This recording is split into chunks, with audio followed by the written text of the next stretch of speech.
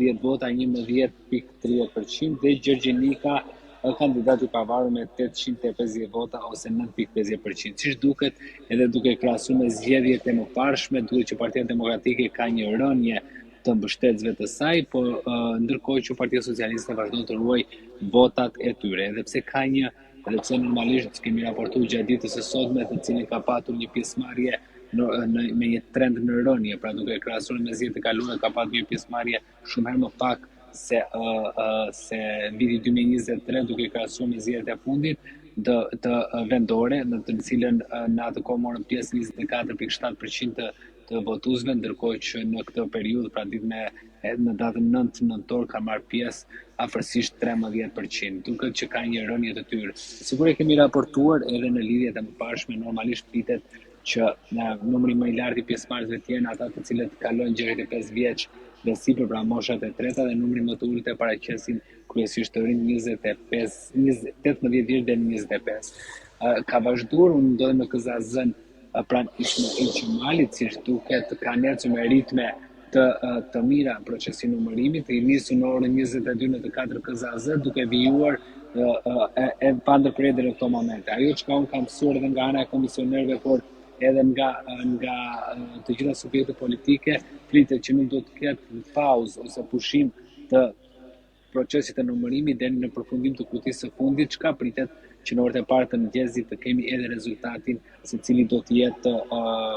kandidati që do të drejtojë Bashkinë e Vlorës. Deri në këto momente, në të paktën nga 231 qendra votimi, 102 në cilët janë numëruar, kandidati i Partisë Socialiste Brunilda Morsini është në avantazh lidhur me dy kandidatë të tjerë. Në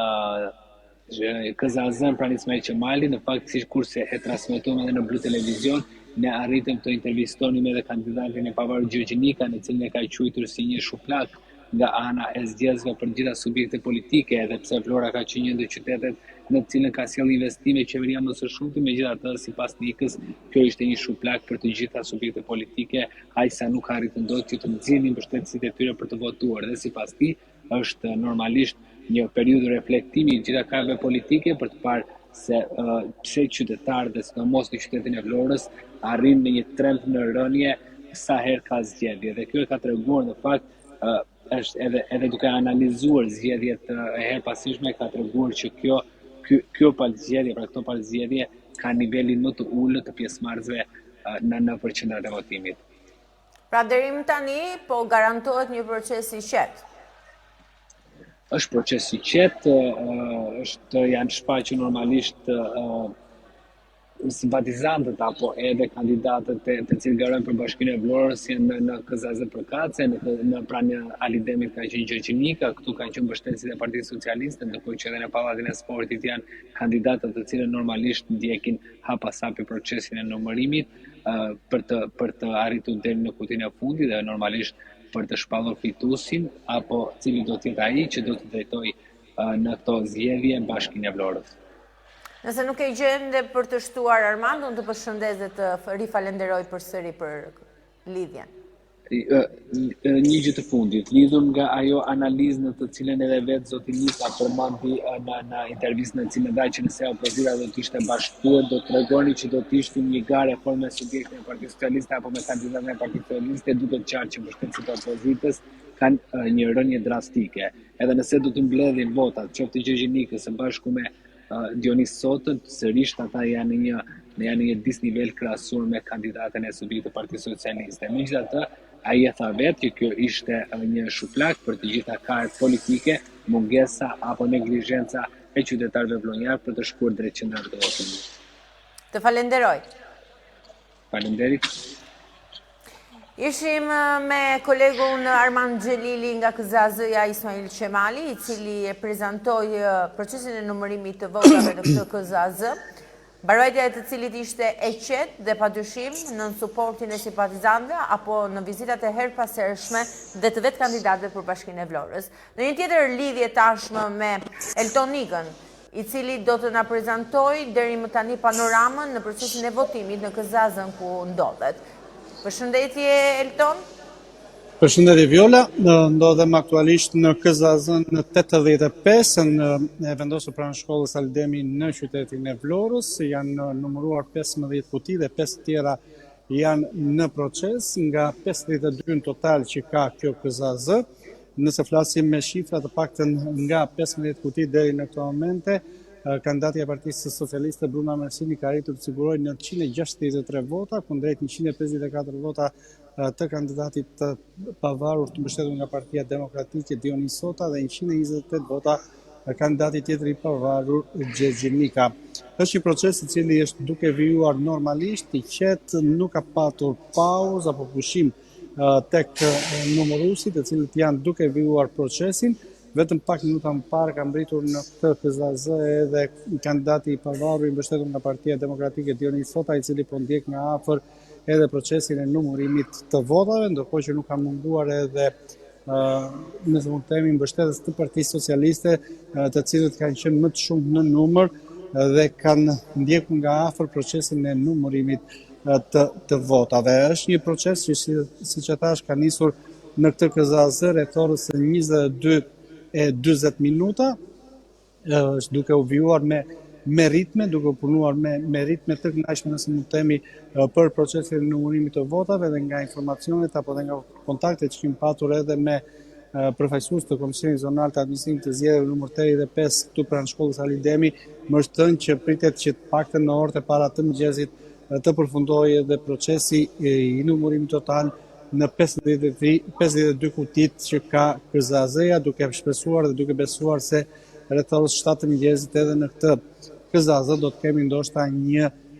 përfundim të procesit të numërimit të votave, duke besuar se nuk do të ketë sërish, nuk do të ketë pushim tek numëruesit, pra do të është një proces i cili pritet të vijojë normalisht me numërimin e votave. Nëse s'ke diçka tjetër për të shtuar, Elton, bashkëpërshëndetemi duke lënë hapësirën për të lidhur në momentin. Faleminderit, gjithashtu. Nga të dy lidhjet e drejt për drejta, shikues të Blu Televizion me kolegët Armand Xhelili dhe Elton Nika, mësuam se procesi është jo vetëm i qetë dhe transparent, por po hecet edhe me ritme të themi të shpejta, po të matura, ku në orët e para të mëngjesit pak por e sigur do të kemi fituesin që do të drejtoj Bashkinë e Vlorës në këtë mandat gati 2 vjeçar të lëmë për gjysmë nga dorëshja e ish-kryetarit të Bashkisë së Vlorës Ermal Dreda. Pikërisht një dorëshje e cila çoi Vlorën në këto zgjedhje të pjetshme të dielës së 9 nëntorit të 2025-s. Me 3 kandidatët, Brunilda Mersini e mazhorancës, profesuese e mazhorancës,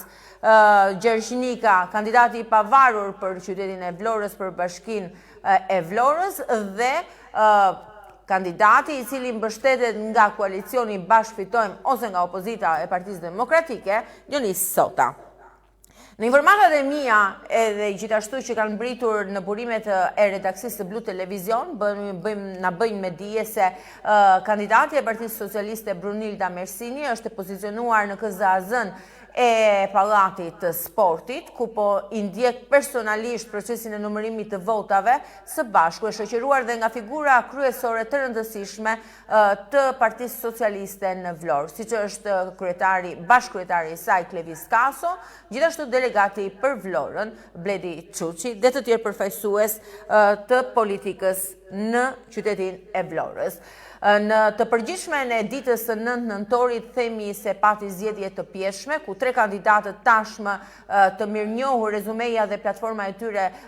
për një Vlorë ndryshe, është prezantuar për të gjithë juve, padyshim edhe për median, e cila ka bashkëpunuar hap pas hapi në këto zgjedhje të pjeshme. Ka filluar dhe ka qenë një proces që në orët e para të mëngjesit me 2 incidente të papërfillshme të themi, por që deri diku teknike, duke qenë se aparatura elektronike PEI, ku bëhet dhe identifikimi i votuesve, ka pasur problematika të vogla, por që nuk ka patur ose nuk ka shkaktuar vonesa në që procesi të hapet në kohë dhe gjithashtu të mbyllet në kohë.